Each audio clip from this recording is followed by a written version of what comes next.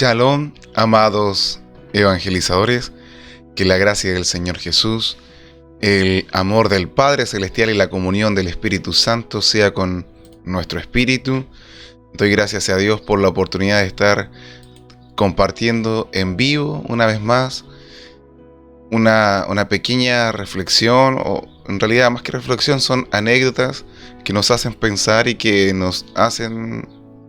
Bueno, no, en realidad no pensar, sino que nos hacen meditar y reflexionar sobre algo en particular o sobre alguna situación en particular, y también la idea es poder dar respuesta a ciertas preguntas.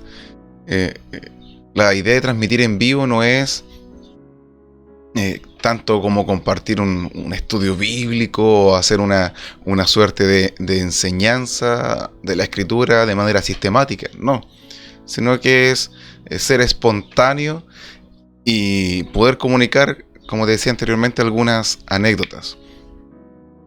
Hace un tiempo atrás tengo un amigo que lo acompañé a una congregación, a un templo evangélico, aquí en Coronel obviamente, y debido a la anécdota que viví con él, se deriva el título de este video: ¿acérquese a la iglesia? Esa es la pregunta que quiero dejar como en el inconsciente de cada uno de nosotros.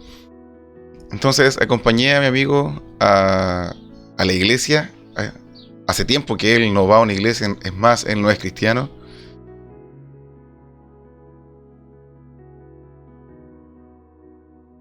Él hace muchos años que no participa tampoco en una iglesia. Participamos juntos en una congregación. Me voy a reservar su nombre y su identidad para dejarlo en el anonimato. Simplemente quiero enfatizar la historia. Entonces fuimos por una situación X que ocurrió. Lo acompañé a la iglesia a pedir cierta información sobre una situación particular. Entonces la persona que lo atendió le dio la información que mi amigo necesitaba. Y el joven que nos atendió, después de darle la información a mi amigo, tocó el momento de despedirnos. Entonces, al momento de despedirse, el joven le dice a mi amigo: acérquese a la iglesia. Y a mí me quedó dando vueltas esa expresión en mi cabeza todo el rato que estuve con mi amigo después de despedirnos de este joven y de retirarnos de ese lugar. No le comenté nada a mi amigo y yo llegué a mi casa, sigue pensando en esa expresión: acérquese a la iglesia. Pensaba dentro de mí: ¿estará bien esa expresión? ¿Estará mal? ¿Qué quiso decir o qué dio a entender este joven con esa expresión? Entonces, meditando, le oraba al Señor y llegué a la siguiente conclusión: que esa frase está muy impregnada en el corazón de la iglesia actual, aquí, por lo menos aquí en nuestra comuna en Coronel. Está muy impregnada esa frase en el corazón de muchos creyentes. Y esa frase obedece a otra situación interna, que es una suerte de flojera, comodidad, conformismo, de dejación, no sé cómo expresarlo, una suerte de ociosidad, de no querer hacer algo, de no moverse, de no realizar una acción. En la actualidad, en nuestro Coronel, hay muchas congregaciones, y leí una noticia igual hace un tiempo atrás, de que está ocurriendo, por lo menos aquí en nuestro país, un hecho de que mucha gente ha dejado de congregarse, mucha gente ha dejado de asistir a los cultos con frecuencia, ya sea por el motivo X. Puede ser por el trabajo, que el horario de trabajo no coincide con el horario de culto, ya sea por problemas familiares, problemas económicos, por alguna enfermedad, por alguna situación X, sea la situación que sea. Incluso dentro de esas situaciones también puede estar el desánimo, el decaimiento, el aburrimiento, o estar hastiado de ir a hacer siempre lo mismo, de escuchar siempre lo mismo, de ver siempre lo mismo y no ver un cambio tanto en la hermandad, en la predicación, tanto en las actividades como en cómo se realiza un culto de acción de gracias a Dios. Entonces, hay muchos factores que influyen en el por qué las personas han dejado de congregarse. Y tal vez usted es una de aquellas personas que ha dejado de congregarse por alguno de estos motivos o por algún otro motivo que desconozco. Entonces, esto se ha hecho muy frecuente en las congregaciones. Esta situación se ha hecho habitual y en la semana se están viendo pocas personas que se congregan y los fines de semana cuesta también trabajo reunir a más personas. Ahora, ¿cuál es la respuesta de los creyentes frente a esta situación? Yo creo que más de después de un tiempo, imaginemos que usted tal vez ya faltó durante mucho tiempo a la congregación y cuando usted llega al culto nuevamente, puede haber pasado un mes, 2 meses, la gente lo primero que dice, oh, tanto tiempo sin verlo. Algunos son un poco menos suaves y dicen, oh, tenemos visitas. Otros dicen, lo extrañábamos acá en la iglesia, estábamos preocupados. ¿Qué se había hecho? ¿Qué había sido usted, hermano? Yo estaba tan preocupado, tan preocupada por usted. Le oraba al Señor, ¿qué será de mi hermano, de mi hermana X, que no sabemos nada, Señor? ¿Qué habrá sido de él? ¿Se habrá enojado? ¿Le habrá pasado esto? Y la gente a veces también termina especulando, inventando historias en su mente. Y la cosa es que esas son excusas baratas, son excusas mediocres y baratas para no reconocer una falta personal. ¿Y cuál es la falta personal? Que yo no hice nada por hacer volver a ese hermano a la congregación, que yo no hice nada, no actué, no me moví, ni siquiera moví un dedo de mi escritorio para hacer que esa persona volviera a la congregación o para, por último, saber qué le pasaba. Hace 100 años yo podría creer de que existieran excusas para poder contactar a una persona porque no existían los medios de comunicación como los que hay hoy en día. En la actualidad tenemos internet, tenemos telefonía satelital, telefonía fija, tenemos telefonía en redes, tenemos redes sociales, tenemos Facebook, Twitter, Instagram, YouTube, tenemos Twitter, tenemos WhatsApp, Viber, Telegram, tenemos un sinfín de redes sociales con las cuales podemos comunicarnos con las personas y son muy pocos las personas que no tienen una red social. Ahora, si no tienen red social, siempre existe la posibilidad y la facilidad de conversar con alguien. Oye, ¿sabes qué? Necesito tal número de tal persona o cómo contactar a tal persona porque hace tiempo que no sé de él o no sé de ella y lo extrañamos acá en la iglesia, estamos preocupados, queremos saber qué ha sido su vida y no queremos inventarnos historias, no queremos especular ideas, no queremos sacar conjeturas a priori, sino que queremos saber realmente qué le sucede. Entonces, en la actualidad tenemos esa actitud frente a una persona que ha dejado de congregarse. Tenemos la actitud de no hacer nada. Y de cuando lo vemos, regresar, decir y ponernos como un parche antes de la herida, tenemos la actitud de decir, no, es que estaba preocupado, pero la preocupación no se demostró. Personalmente, tengo un caso de muy cerca de varias personas que dejaron de asistir a la congregación donde participaban por el motivo X, que no voy a mencionar, y ni siquiera se han aparecido hermanos de la congregación, esos hermanos que le decían te amamos, estamos contigo, eres un aporte para la iglesia, bienvenido. No se ha aparecido ningún hermano ni hermana a preguntar por ellos, a saber su situación. La iglesia donde participan se desentendió de ellos, los desplazó y los dejaron y los echaron al olvido.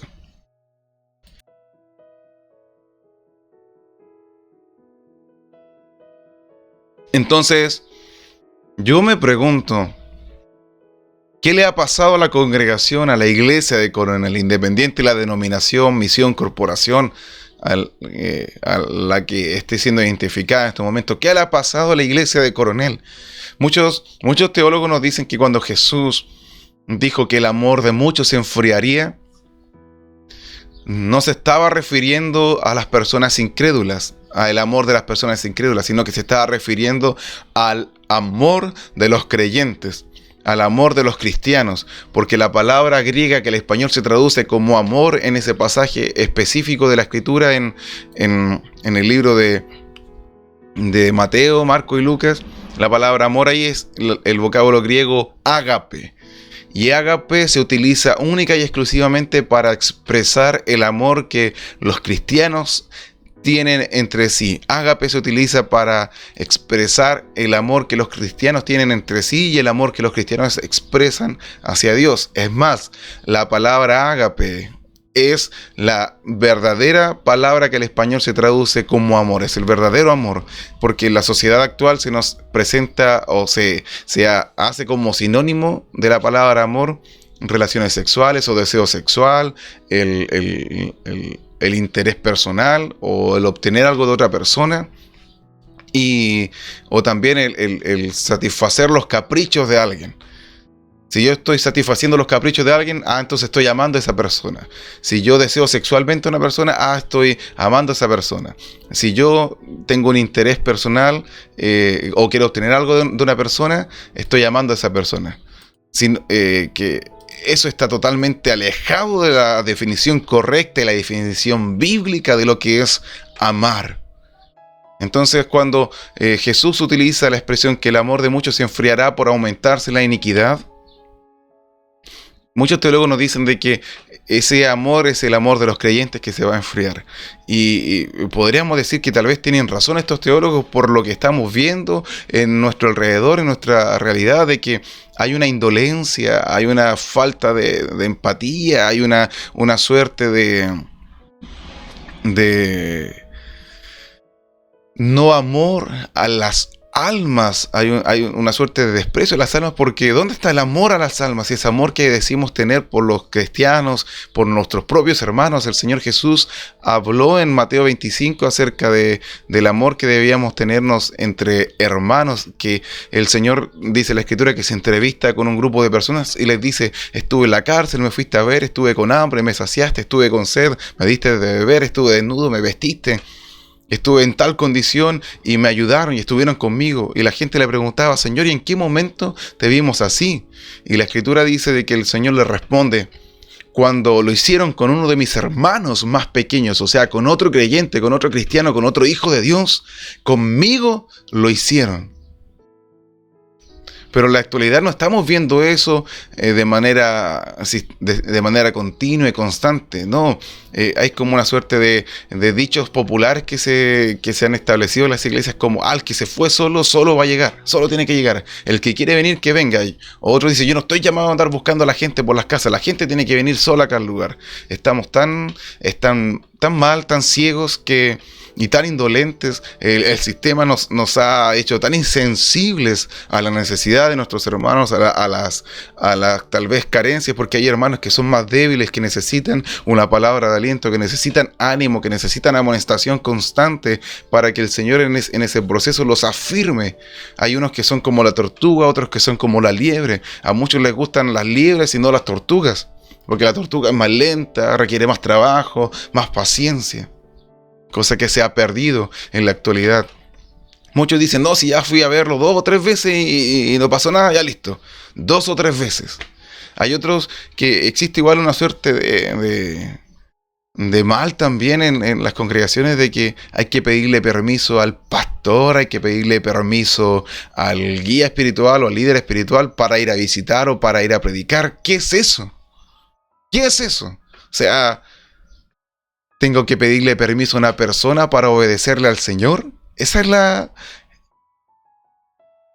manera? O sea, yo me pregunto, ¿cómo es posible que un ser humano se haga esclavo de otro ser humano voluntariamente? O sea, el pastor, el líder espiritual, no es dueño de su alma.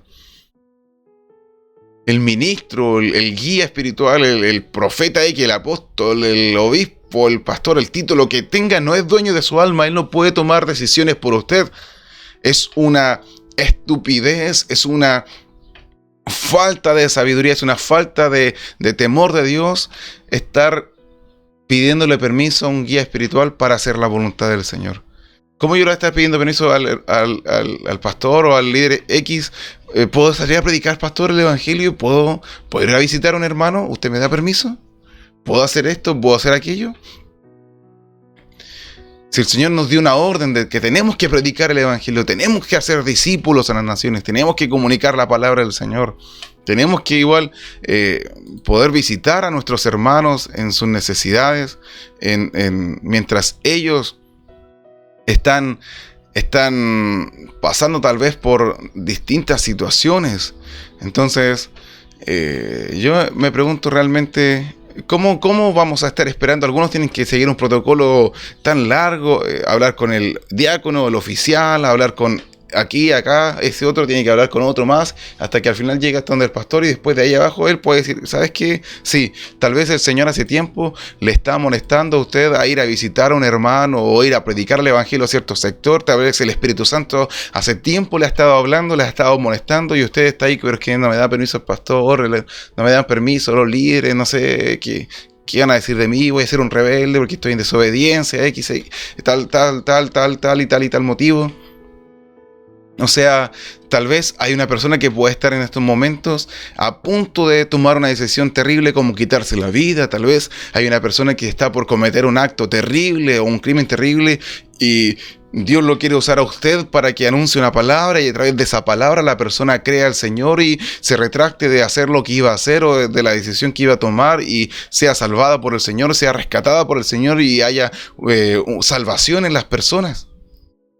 Y usted, por estar sentado y esperando, no, es que no me da permiso el pastor, no sé qué hacer, por su culpa, un alma se puede perder, una persona se puede extraviar, puede irse al infierno, porque usted estaba ahí esperando que el pastor le diera permiso. Entonces, tenemos que cambiar esta situación, tenemos que revertir esta actitud mediocre y conformista que hay. Tenemos que sacar de nuestra mente esa idea, no es que solo se fue, solo va a volver. Otros dicen, no, es que mira, ahí me fue a buscar, entonces yo no tengo que ir a buscar a nadie. No, ¿cómo se le ocurre? Si con usted no hicieron lo bueno, eso no significa que usted no tiene que hacer lo bueno con los demás. No, si con usted no hicieron lo bueno y usted sabe lo que es bueno, entonces usted ahora tiene que hacer lo que no hicieron con usted. Si a usted no la fueron a ver, si a usted no lo fueron a ver, no lo visitaron, no fueron a darle voz de aliento, usted tiene que hacer todo lo contrario. Usted tiene que ir a dar voz de aliento, usted tiene que ir a visitar a los que se quedaron, tiene que ir y actuar. Hay tiempo para todo, sobre todo para las cosas que queremos. Tengo acá un pasaje de la Escritura que se encuentra en el libro de Hechos 2:46, que nos habla de los primeros creyentes, de la actitud que tenían ellos entre ellos mismos.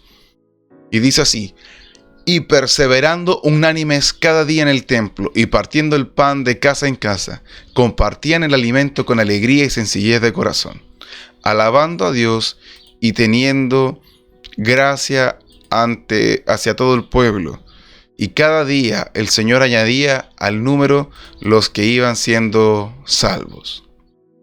A mí me llama la atención el cómo eran los primeros creyentes. Haciendo un poquito de contexto, en el tiempo del Señor Jesús y de los primeros creyentes existía un solo templo en toda y ese templo existía solamente y exclusivamente en la nación de Israel. No existía en ningún otro lugar. Y ese templo estaba centralizado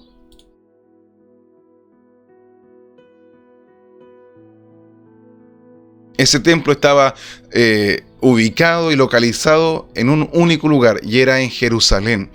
Y obviamente los primeros creyentes que vivían ahí en Jerusalén tenían el templo a la mano y podían pasar todo el día ahí, porque era parte de la cultura de aquel momento, del Israel de aquel momento, estar en el templo constantemente.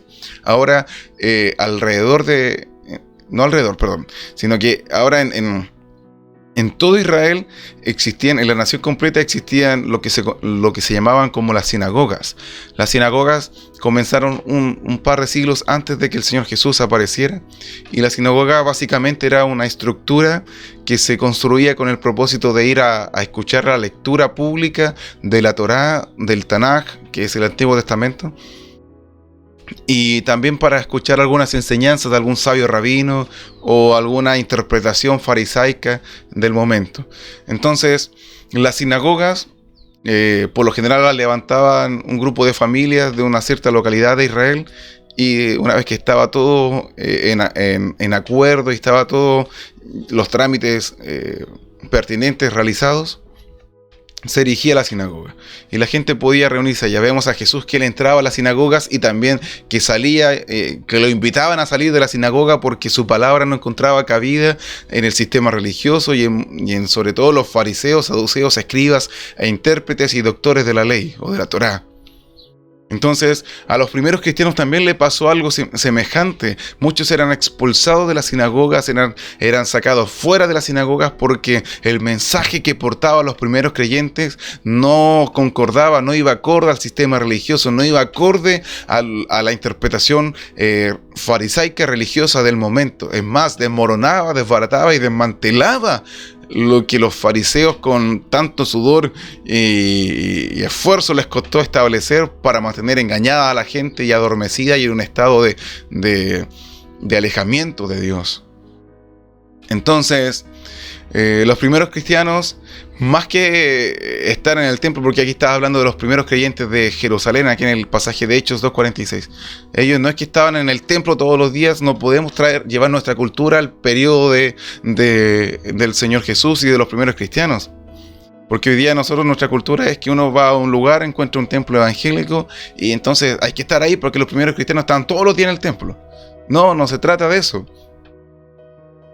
No se trata de eso. Está diciendo otra cosa acá la Escritura.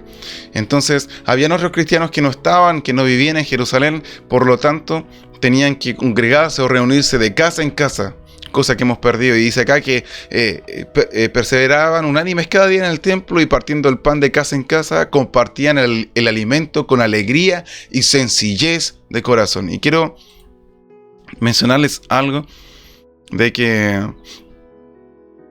a mí me llamó mucho la atención. Bueno, Pedro, aquí el capítulo 2 de Hechos, usted lo puede leer después en su casa y va a ver algo particular. Dice que Pedro, bueno, el capítulo de Hechos 2 comienza con el avivamiento, con la llenura del Espíritu Santo de los primeros creyentes, y mientras ellos estaban esperando la promesa del Señor, de pronto vino el Espíritu Santo, se hizo evidente a través de un estruendo, como de un viento recio, y fueron llenos, alrededor de 120 personas fueron llenos del Espíritu Santo, y el Espíritu Santo comenzó a hacerlos hablar en otros idiomas. ¿Por qué motivo? Porque justo en el lugar donde estaban reunidos habían personas que venían de distintos pueblos de alrededor de Israel. Y cada uno tenía un idioma distinto, diferente al idioma hebreo.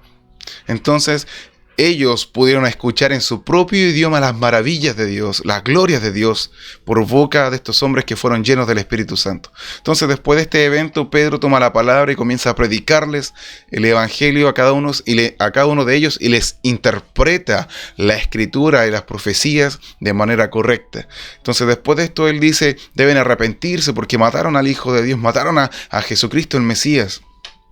Pero esto el Señor sabe que fue por ignorancia y ahora demanda que se arrepientan. La gente se compungió de corazón, se arrepintió, se entregó al Señor.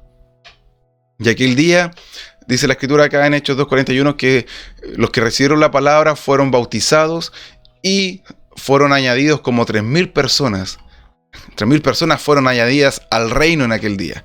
Y miren lo que dice el versículo 42. Y estaban dedicados constantemente a la doctrina de los apóstoles, a la comunión, al partimiento del pan y a las oraciones. Y sobrevenía temor a toda alma, y muchos prodigios y señales milagrosas eran hechas por los apóstoles. Esta actitud, esta práctica, estas 4 cosas que tenían los primeros cristianos, y era estar dedicados constantemente a la doctrina, o sea, estaban constantemente estudiando la escritura, estudiando las enseñanzas que los apóstoles les impartían, las enseñanzas que recibieron de Jesús.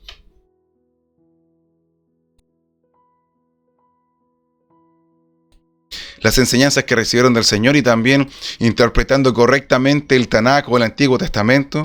Estaban constantemente en eso, cosa que la iglesia evangélica actual no está haciendo. Estaban también dedicados constantemente a la comunión, a tener comunión con los hermanos, a compartir, al partimiento del pan y a las oraciones. Hoy día es más fácil reunir a harta gente para comer pan, o sea, me explico, para tener una actividad social o para tener una suerte de alimento. Son muy recurridas ese tipo de actividades.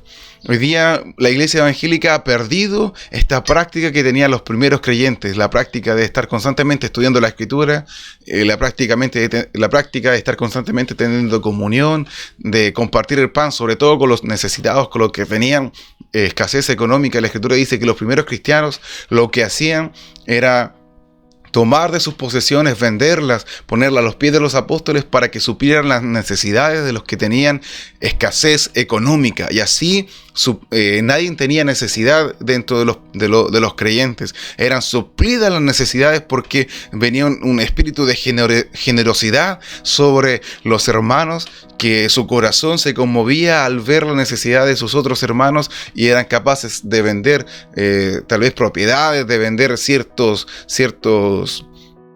bienes y ese dinero entregárselo a los apóstoles para que lo repartieran a los hermanos que estaban con necesidad. Entonces, y había también una constante oración, estaban constantemente orando. Hoy día lo que menos hacemos, lo que menos hacen los cristianos en la actualidad es orar, o cuando se reúnen en los cultos, lo que menos se hace es oración. Se le da más énfasis al canto, se le da más énfasis a la emocionalidad, al entretenimiento, sobre todo en las reuniones de jóvenes. Cuando los jóvenes se reúnen, lo que más se les hace son actividades dinámicas, se les hacen juegos para mantenerlos entretenidos, se le pone una música que esté de moda, como el trap, el rap, el reggaetón, la bachata, la cumbia, se le ponen lucecitas para que se sientan como que estuvieran en una disco, y lo que menos se les hace es orar. Y miren, estas 4 cosas que hacían los primeros creyentes hacía que viniera temor a toda alma, no solamente a los cristianos, sino que venía temor a toda alma. Y muchos prodigios y señales milagrosas eran hechas por los apóstoles. En la actualidad en nuestro país está el gobierno, los políticos, el Congreso, están actuando sin temor de Dios por las diversas leyes que están estableciendo, que van en contra de la palabra del Señor y de la voluntad del Señor, como la ley del aborto, que ya es un hecho acá en Chile, la ley de identidad de género, el matrimonio o el casamiento, en realidad no matrimonio, el casamiento entre personas del mismo sexo, y una educación que esté avalando y enseñando ideología de género a los niños. Desde la primera infancia, desde el jardín, si es posible. Entonces se están gestando todas estas leyes, y yo mismo he escuchado a veces predicaciones en el Congreso donde ¿cómo se les ocurre no tener temor de Dios para hacer esto? Y claro, ¿por qué no hay temor de Dios en la gente? ¿Por qué no viene temor en las personas para actuar? Porque ellos son incrédulos, no tienen al Señor, y es obvio que una persona que no es cristiana va a hacer cosas y va a promover cosas que desagradan al Señor. Y si es de parte de, y si es posible atacar a Dios, con mayor razón lo van a hacer. Entonces, no tienen temor de Dios porque la iglesia cristiana, la iglesia evangélica de Chile, ha perdido el estudio, el perseverar en la doctrina, en la comunión, en el partimiento del pan, ayudar al necesitado y en la oración. La iglesia evangélica ha perdido esas 4 cosas, sobre todo aquí en nuestra comuna de Coronel. Por eso siempre tenemos gobernantes ateos, o gobernantes incrédulos, o gobernantes de izquierda, comunistas, marxistas, socialistas, que lo único que hacen es traer a nuestra comuna maldición, a nuestra nación, a nuestra sociedad maldición. Y por eso vemos el aumento de la delincuencia, de la maldad, del crimen aquí en nuestra comuna, porque la iglesia evangélica, la iglesia de Dios, ha perdido estas cosas. Ha dejado de tener compasión por las almas, por los perdidos, ha dejado de tener compasión por los propios creyentes, por las propias personas que se reúnen en las congregaciones. Y es momento de despertar, es momento de salir de esa comodidad, es momento de salir de esa mediocridad, es momento de salir de ese estado de letargo, es momento de salir de esa actitud pecaminosa, pagana, mundana, de no, el que se fue solo tiene que llegar y yo no voy a ir a buscar a nadie. ¡No! Y algunos dicen, no, porque la Biblia, usted lo leyó recién, que el Señor añadía a la iglesia, entonces Dios no añadió a gente, no, aquí a la iglesia, entonces por eso no vienen. Esa conclusión es falsa, porque aquí los apóstoles estaban constantemente haciendo estas cosas y por eso el Señor añadía a la iglesia los que eran salvos, añadía al reino de Dios los que eran salvos, los que iban siendo salvados, porque la iglesia estaba en movimiento, porque los primeros cristianos estaban en movimiento, estaban constantemente haciendo esas cosas. Y después dice la Escritura de que por hacer estas 4 cosas no solamente venía temor sobre todas las personas, sino que también habían manifestaciones de milagros y hechos poderosísimos a través de los apóstoles. Y todos los que creían estaban juntos y tenían todas las cosas en común y vendían las propiedades y las posesiones y las distribuían a todos según la necesidad de cada uno. Y perseverando unánimes cada día en el templo y partiendo el pan de casa en casa, compartiendo el alimento con alegría y sencillez de corazón. Alegría y sencillez de corazón, cosa que nos falta mucho hoy en día en la actualidad. Hay poca sencillez de corazón. Cada uno quiere ser más grande que el otro. ¿Quién predica mejor? ¿Quién tiene más gente en el templo? ¿Quién tiene entre comillas la mejor prédica o el mejor mensaje? ¿Quién es entre comillas el más ungido o el más grande? Se ha perdido la sencillez de corazón entre los cristianos de hoy en día. Cada uno quiere mostrarse, exhibirse, recibir aplausos, hacerse el más grande. Pero muy pocos quieren servir, muy pocos quieren ser humillados por Dios, muy pocos quieren ser expuestos a la vergüenza, muy pocos quieren ser verdaderos siervos del Señor. Es fácil decirle a alguien siervo de Dios. Y sobre todo estos que reclaman paternidad espiritual, yo soy tu padre, yo soy tu guía, soy tu maestro, etcétera, etcétera, etcétera. No se comportan como padre porque si el discípulo se va, ahí lo dejan. Si el hijo espiritual, entre comillas, se va, ahí lo dejan, que llegue solo. Entonces, es tiempo de volver a esta alegría, a esta sencillez de corazón, a esta actitud, al diseño original, a la actitud de los primeros cristianos. Iglesia de Coronel, es tiempo de volver a la actitud de los primeros cristianos. Es tiempo de volver al diseño original. Es tiempo de volver a la actitud que tenía la primera iglesia, los primeros cristianos.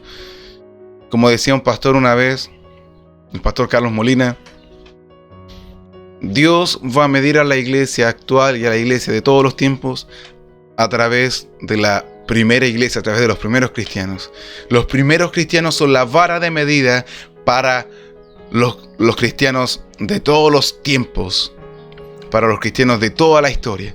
Los primeros creyentes, la iglesia que se describe en el libro de los Hechos, en los primeros 4 o 5 capítulos, esa iglesia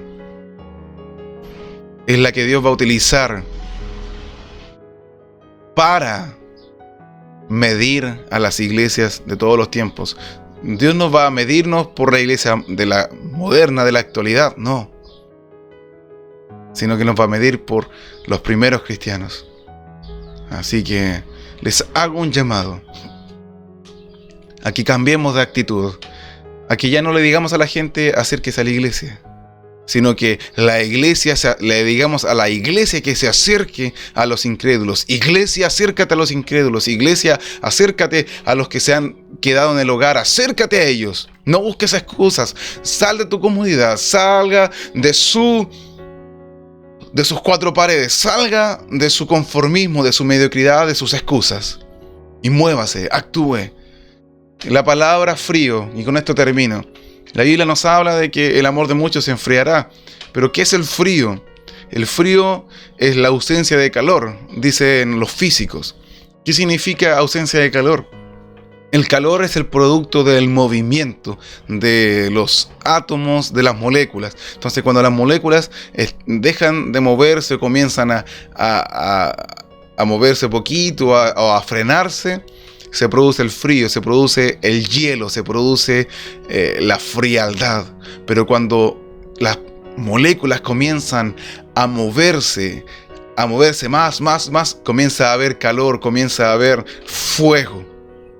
Entonces es tiempo que nosotros como creyentes, si usted está diciendo, oh, estamos fríos, hay tanta frialdad en la iglesia, falta avivamiento, y el avivamiento va a venir cuando nos movamos, cuando comencemos a hacer las cosas que el Señor nos pide que hagamos, y el avivamiento va a venir a la iglesia cuando la iglesia haga esto. Haga estas 4 cosas que están aquí. Ahí va a venir el avivamiento, va a venir el temor sobre los gobernantes, va a venir el temor sobre los políticos, va a venir el temor sobre los delincuentes, va a venir el temor sobre todo tipo de gente, sobre los ricos, sobre los pobres, sobre la clase media, sobre todos va a venir el temor, y van a ocurrir milagros extraordinarios, transformaciones increíbles, homosexuales siendo transformados por Dios, entregándose al Señor, lesbianas entregándose a Cristo, transexuales entregándose al Señor, siendo transformadas sus vidas. Vamos a ver alcohólicos regenerados, vamos a ver a idólatras regenerados, vamos a ver cómo el Señor hace crecer ojos, hace crecer brazos, hace crecer extremidades del cuerpo a personas que no la tienen. Vamos a ver personas con enfermedades mortales siendo sanadas. Vamos a ver hechos extraordinarios, y no por manos de una sola persona nomás, no. Los creyentes en general, el Dios los va a comenzar a utilizar con poder, con autoridad. Usted va a visitar hogares, va a estar caminando tal vez en distintas partes, y el Señor le va a hablar: mira, ahí esa persona tiene una enfermedad, ve, pon las manos y glorifica mi nombre, dile que Jesucristo la sana. Van a haber paralíticos, gente en silla de ruedas que se va a levantar, van a haber personas ciegas que van a comenzar a ver, gente que no tiene dientes, que el Señor le va a hacer crecer dientes, gente que le faltan tapaduras o por pobreza a lo mejor no puede arreglarse su dentadura, el Señor se la va a arreglar. Gente que tiene problemas auditivos, el Señor los va a sanar. Gente que tiene problemas al corazón, al páncreas, al estómago, a los intestinos, cáncer, diabetes, todo tipo de enfermedad, problemas a los huesos, al sistema circulatorio, sistema nervioso, problemas cerebrales, todos esos problemas el Señor va a comenzar a hacer milagros extraordinarios una vez que la iglesia comience nuevamente a seguir el modelo original, el modelo que el Señor estableció aquí en su palabra. Un solo versículo contiene la clave para nuestro éxito. Así que Dios les bendiga, estimados evangelizadores. Que la gracia del Señor Jesús, el amor del Padre Celestial, la comunión del Espíritu Santo sea con nuestro espíritu. Les hago este llamado, esta invitación, a que la iglesia se acerque al mundo, a que la iglesia comience a obedecerle al Señor y volvamos a la sencillez de corazón, volvamos a la comunión con nuestros hermanos. Que el Señor les bendiga mucho, que tengan un hermoso día, y que la shalom de Dios sea con nuestro espíritu.